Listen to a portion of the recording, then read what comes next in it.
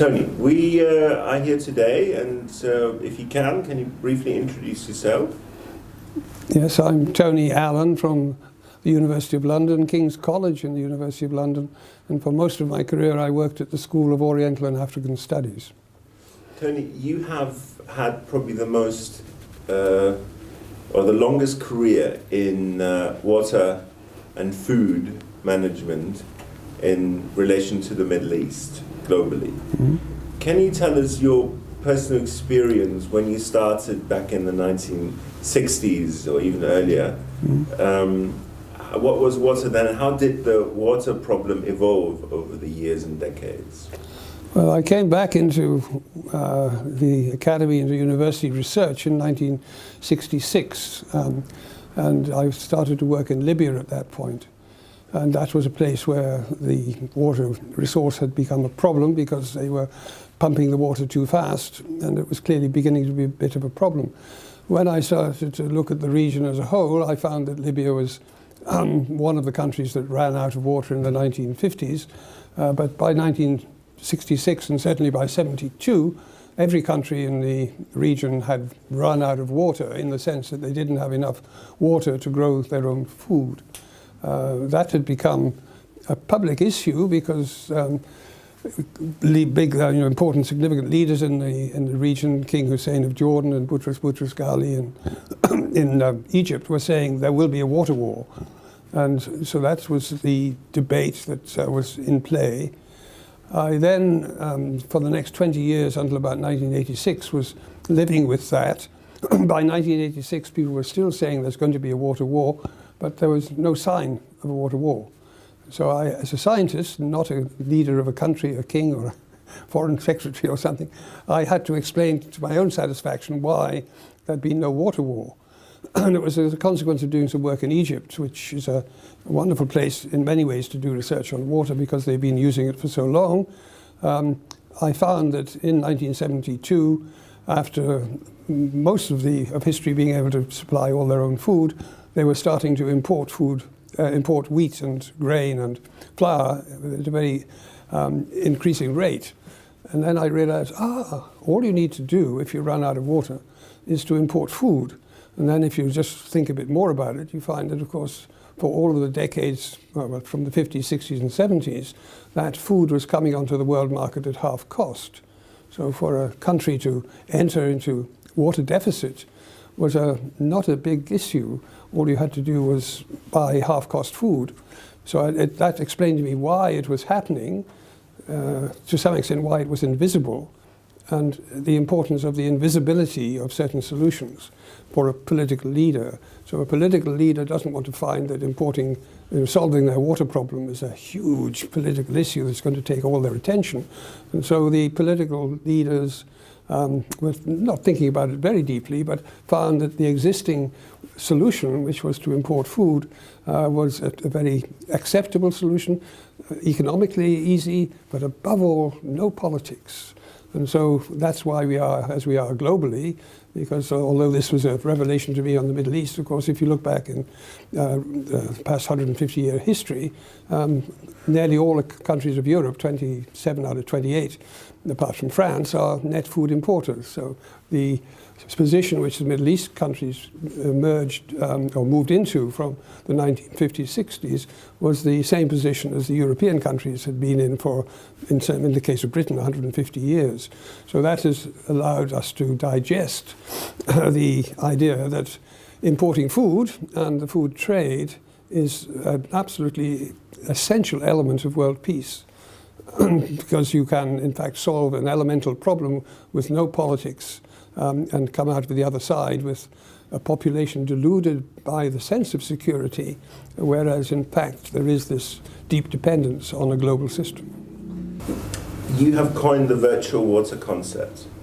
Can you explain how virtual water emerged, or how did it fly? What was the beginning of the concept? What was the thinking in London? Well, when I spotted this connection as a consequence of looking at the water situation in Egypt, I started to talk about it and speak about it, but it was a point in my career when I was as busy as I can, for the next 15, 20 years, I was so busy.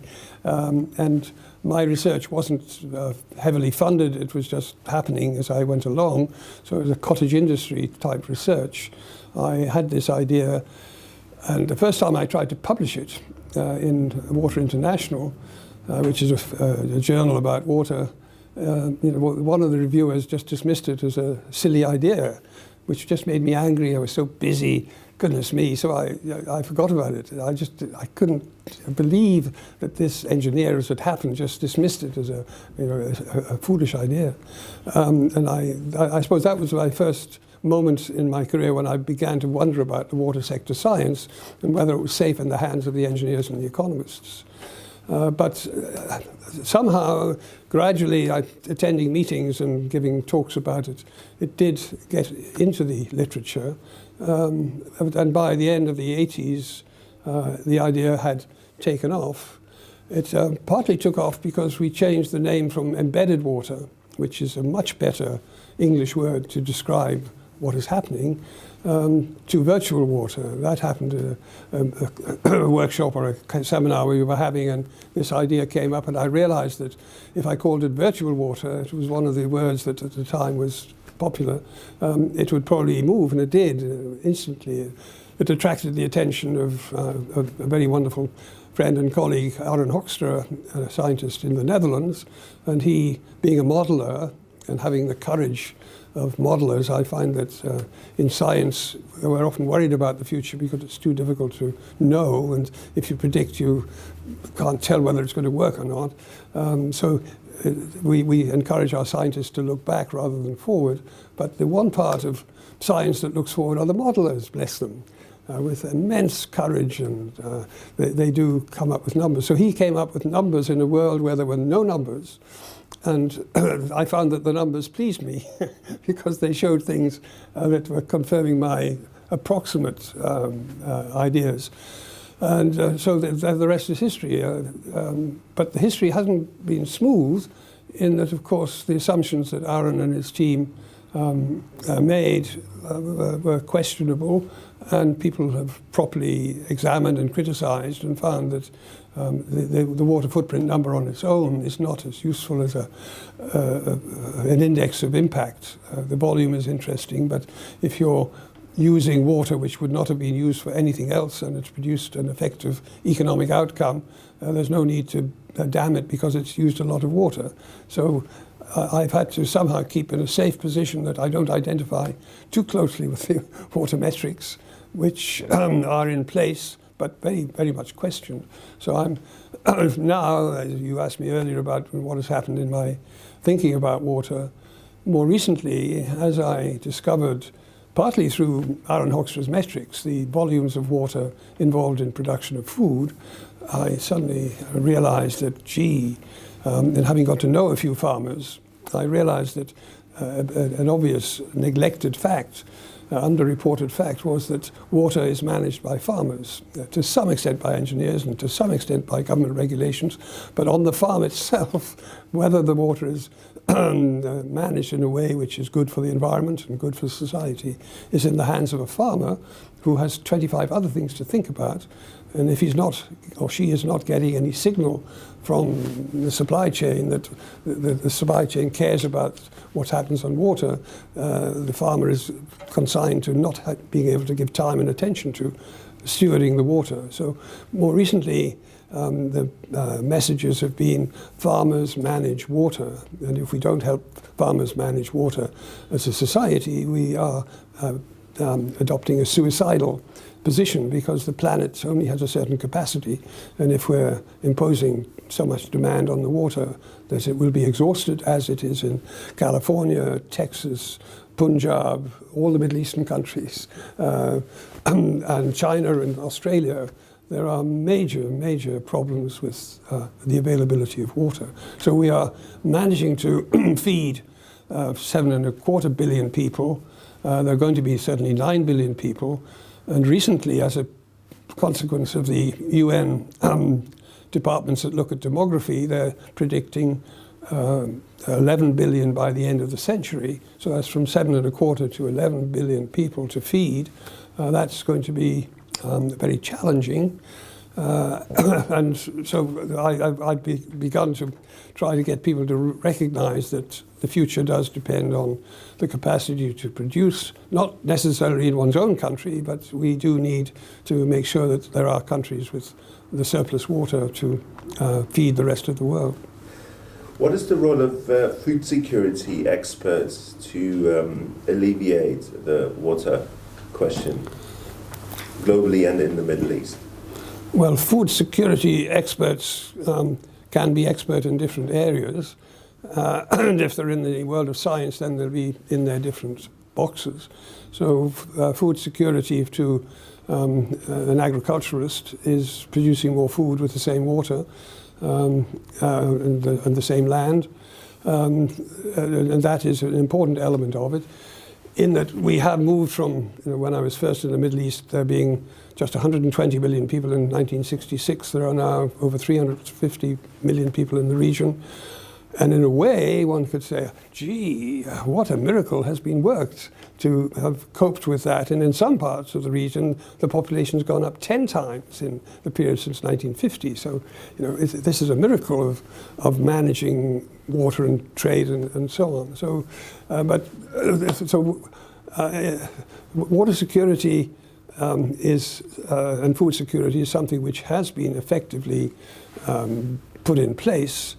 We then find that on the security side, we are thinking about a more complex world in which the quality of the food, the nutritional quality of the food, the possibility of polluting water is difficult.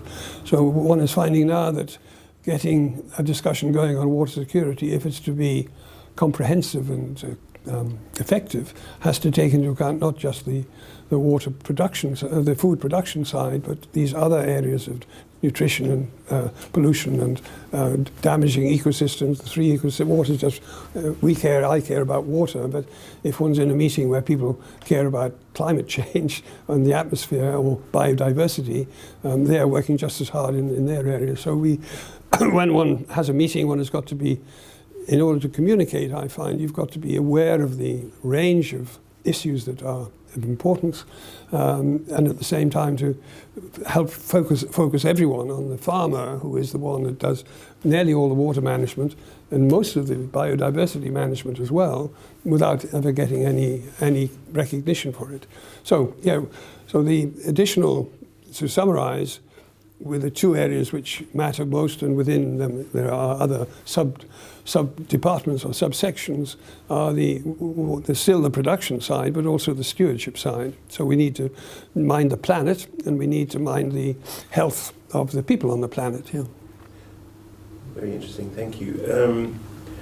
What do you think? How can Beirut, or people in Beirut, academics, students, and so on, contribute from this part of the region in order to provide solutions or ideas on how to mitigate water and food scarcity in the future?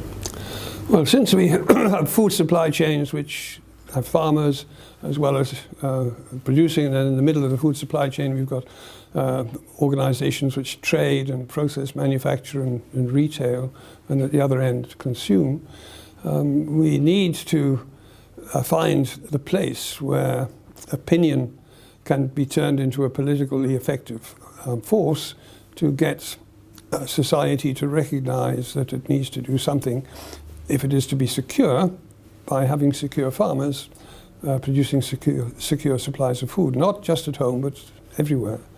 So I'm at the moment trying to grapple with the idea, or with the challenge of, is it easier to get the government to give resources to the farmer to do the stewardship as well as the production, and have both paid for rather than the stewardship not paid for, or to persuade food consumers that what they should have is more expensive food. And unfortunately, persuading consumers to have more expensive food contradicts every fibre of people living in poverty, as well as every government in the world. So the measure of whether this is an important issue is something we often draw to people's attention, because it's so significant that in the United States that doesn't so much care about affordable health care, but my goodness, it really does care about affordable food, because unlike other countries which don't want to be so explicit about it, in Europe we hide the subsidies to food, food prices and so on within other subsidies. But in the United States, as a consequence of things that happened in history in the 1930s and somehow stayed in place, there is the SNAP, or the food stamp program. And the food stamp program is part of the Farm Bill, strangely still, and 76 billion a year out of 100 billion a year, 76% goes on food stamps, and the other 26% on other things for farmers. And the 76 billion is, feeds 43 million Americans, 14% of the population.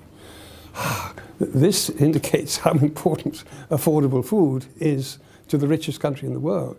In some countries, there are perhaps 70% of people living in poverty that would benefit from subsidies. And in Egypt, certainly, there are tens of millions of people that are dependent on the food subsidies which the government keeps in place. So these issues, therefore, where we were, I was saying, do we just take a deep breath and raise yet another subsidy, which is partly the case in Europe, where we started to put the 15% of the subsidy to farmers does go on an environmental payment. That seems to be the only political way to get it put in place, because whereas you can then deal with 200,000 farmers, if you want to have the information or the idea or the political pressure changed via the consumer, you've got to persuade 66 million, if it's in the case of the British population, 66 million people have got to be persuaded. And they have all become adjusted to the idea that affordable food is the absolutely basic thing. And most people haven't got there yet. What I found with my virtual water idea was that once it was out there, it had to be backgrounded in the main discourse, which was that everything was all right. The fact that this was revealing that everything was all right because there was relatively effective global trade wasn't sufficiently reassuring. So the Middle Eastern political system in every country is that its experts know about virtual water, but it isn't part of a public discourse. So politicians, the food insecurity issue is huge, but it has been successfully backgrounded over the decades, perhaps over the centuries, but certainly over the decades in this region, that we are secure because there's food on the shelf, everything seems to be all right, and as long as the reasons that exists are not exposed, then everything can go on, and it's easier to keep that reassuring discourse in place than to reveal the truth and make people worry more about their insecurity. As a final question, do you have a message for young people who are basically around the world? Why would it make sense to come to the Middle East and study issues like food and nutrition and water security? Why here? Why would it be a good idea to come here? Well, I suppose if I think about my own career, the reason I started to work on the Middle East was because I got a position in the university which was a research project on Libya by chance. And that has kept me busy. But I realized that since the Middle East had the most challenging water endowment, or the absence of water was the most challenging of any other region in the world, that how the Middle East countries and economies and populations and people dealt with this issue was going to be an interesting learning process. The significance of that really didn't hit me until I'd been around for 15 years looking at the region, but certainly I have found working in the region myself, and other people I'm sure would follow a similar trajectory, perhaps such as yourself, that finding out how the politicians, how the people and their consumption habits, and how the farmers do things or are supported to do things that are better. How the Middle Eastern countries and economies cope with this water and food insecurity is a very valuable experience from a research point of view. Thank you very much. I think you've touched on a lot of themes so far, but one thing would be interesting to hear quite directly is, looking forward, what do you think will be some of the new directions or new thinking in food and water security, whether in the region or globally? What are some of the differences or changes that we should be looking forward to, whether in academia or in applied policy? Yeah, one wishes one had more interdisciplinary skills, and that at this point in my life, at what must be the end of looking at water and farming and all that sort of thing, one can see that we have in fact experienced many unforeseen things. I mean, the Green Revolution was not foreseen in the 1940s, in the 1950s. And that had an immensely important impact. At the same time, and during that time, productivity of water increased by 3 times. In Europe and the United States, equally, the output of food on rain-fed farms went up 3 times, which was not, that was between 1950 and 1990, which that was not foreseen by me in 1950 or by Malthus in 1800. There was the expectation that things would, the capacity to improve production and productivity would probably be very slow. But that, of course, was that period of increased productivity since 1950 is unprecedented. In the numbers I remember, we used to get 1 ton a hectare in Northern Europe of wheat in 1800s. By 1900, 2 tons. By 1950, 3 tons. By 1998, 9 tons. So this sudden increase is something that was unforeseen. So there are scientists and processes in place, everything from manufacturing meat to intensifying the production of food without soil and growing it in a hydroponic form. The latter is something which I've lived with for 60 years, and it produces food that is hydroponics, produces some types of food, but the heavy lifting that's got to be done has got to be done in grain and other food products, and that still seems to be safely in the hands of soil and farmers and technology.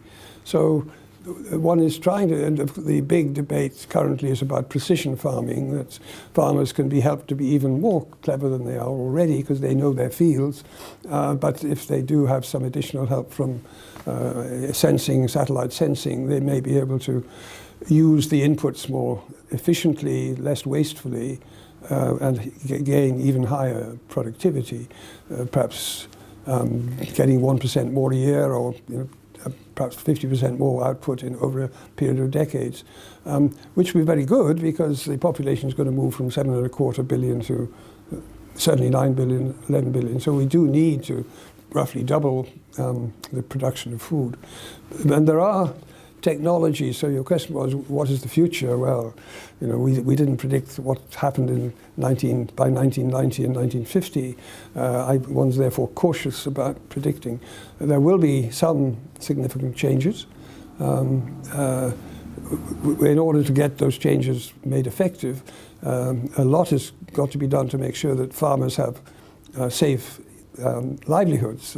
All the technology is fine, but we need farmers to have safe livelihoods. And we also need to have people willing to work on farms, because one of the things I've learned, especially towards the end of my career, talking to farmers, who I find throughout the world extremely interesting, competent people. There are, well, I think you're from a farm, so your father's generation, extremely competent, wide-ranging knowledge. But if you want to talk to them about water, they're a bit interested. But everywhere in the world, the input that's a problem is labor. So we need, so clearly the technologies that are going to continue to be labor reducing are very important. But we do need to think of a way of making the farming production something which is a safe and honorable, respected livelihood for people, so that younger generations of people want to go into farming.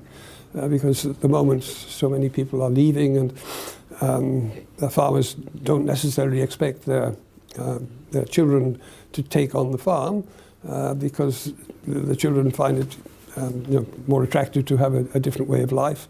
Because to make an extreme sort of comparison, the biggest risk moment of my career as an academic was when I was invited to retire when I was 45. And I thought, gee, and I'm going to be asked many times to retire, because that was a time of change and contraction and way of reorganizing the labor force within the university world of the UK. I stayed on, and I certainly worked harder and harder, but I didn't actually have to leave.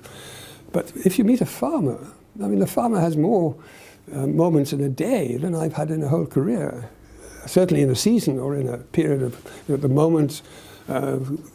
Commodity prices are falling everywhere, but I read the literature on the States and follow it closely, and they're comparing this with the 1970s and 80s, when the 80s was a terrible time in American farming. Things recovered after that, and there's been this period since 2008 when high prices are there. So I think I've given a long answer to that question, that there are a whole lot of things which are fundamentally to do with making sure that farmers have secure incomes. And that's going to be probably policies rather not the same as, but similar to those of the past, in which, because we can't get the food supply chain to be sending signals of demand back to the farmers, that the governments are going to have to continue to help farmers to have a decent livelihood. That's one thing. The technology side is something which we will follow with great interest. I doubt that it will have the impact that we had in the Green Revolution and equivalent in the rich world in the 50s to the 90s. So, but I sense that there is the capacity with care to double food production, which should be enough. And it will be a mix of new technologies, but also clever politics, making sure that the farmers can do what society needs them to do. Thank you.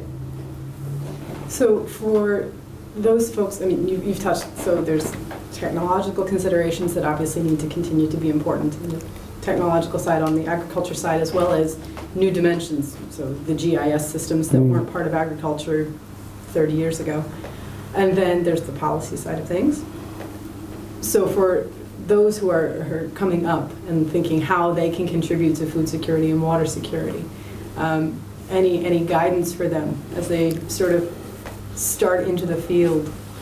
Well, I've got a colleague in London, Tim Lang, who has a food studies centre, and he's been in this activity for 40 odd years, both nationally and in Europe and so on. And I've noticed that he's moved from a deep awareness of how the system works and trying to get it to work better, and spotting that one of the problems is that the corporates are in there making a profit and not caring too much about the health and nutrition and the sugar and stuff in their products. He campaigned and got quite a bad name for being such an activist. So that was against the corporates. But then, having had all the experience in government, he was aware that the public sector also needed to get its act together. I've noticed that at the end of his career, he's running a food study centre. He calls it, in fact, the name of it is a food research collaboration. So he's seeing that it is a collaborative thing that needs to be done. You need to have wisdom in the public sector, you need to have wisdom in the private sector, in the corporates, but above all, you need to have leadership and ideas in the NGO, civil movements sector, because that's where the right things can be discussed, and without any power, formal power such as market power or state power, the NGOs can have an impact. And the reason that I was reinforced in agreeing with him in that was that Martin, my colleague, and I, a couple of years ago, met the head of sustainability for Coca-Cola Europe. And we had a wonderful conversation with her, because the big corporates employ very, very bright people. And we'd been receiving information for 2 hours because she could answer every question brilliantly. And then at the end I asked, what caused Coke and the board at some point to go for Coke, Diet Coke, and then 4 years ago, 15 years ago for Diet Coke, and 4 years ago for Coke Zero. And she hesitated for the longest she did in our very intense discussion. And she said, the NGOs. In other words, the WWF and other international NGOs campaigned so successfully that although they didn't concede in public that that's why they changed, in fact, it was the evidence coming from the NGOs. So my reference to Tim Lang is that he's now in a position where he runs meetings in which he doesn't draw attention. I'm still very much that it's the politics that counts. He knows it's the politics that counts, but he wants that. He's recognized that the only place that things are really going to change, and I don't necessarily agree with him on this, is by having consumers want to have the right products to send the message through the supply chain. I like that, and I like the eloquence with which he projects that, and the way in his seminars when I come in with a sort of realist political economy argument, he's very, very clever. He nudges it away and makes the speaker feel comfortable. Because I feel that we're much more likely to persuade farmers to produce the right products than we are to produce the relatively small number of farmers to produce the right products than we are to get the billions of people to want to have the right products. Because they've got in between the farmer and them this whole expert group of corporates and so on who know how to manipulate what people want. So looking to the future, we still need to pay a significant amount of attention to the production side. Yeah. I mean, the easy thing to have would be properly, effectively priced food, but the political system will not allow that to happen. Everyone would agree, from the economist onwards, that if you have, in fact, the reality, which is that people do not want to have properly priced food, and the only thing that satisfies them is affordable food, then the existing political economy, which delivers affordable food, is the system that's going to prevail.